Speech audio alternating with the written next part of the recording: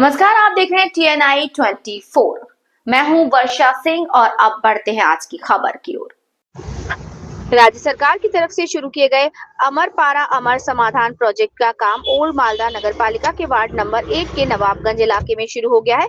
इस प्रोजेक्ट में हर बूथ के लिए 10 लाख टीके देकर गोलियां और मोहल्ले पर आधारित छोटे मोटे विकास के कामों पर खास ध्यान दिया गया है।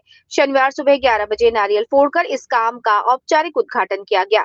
नगर पालिका chairman Vibhuti Bhushan Ghosh, vice chairman Shafiqul इस्लाम, संबंधित वार्ड पार्षद तपन चक्रवर्ती और दूसरे जनप्रतिनिधि मौजूद थे। मालदा से रामचंद्र मंडल की रिपोर्ट।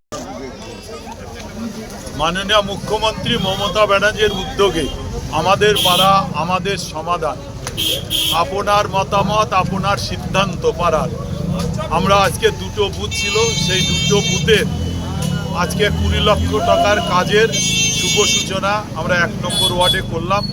এখানে উপস্থিত আমাদের ভাইস চেয়ারম্যান পুরাতন মালদা পৌরসভার, 7-এর কাউন্সিলর শত্রুঘ্ন বর্মা, 1-এর কাউন্সিলর আমাদের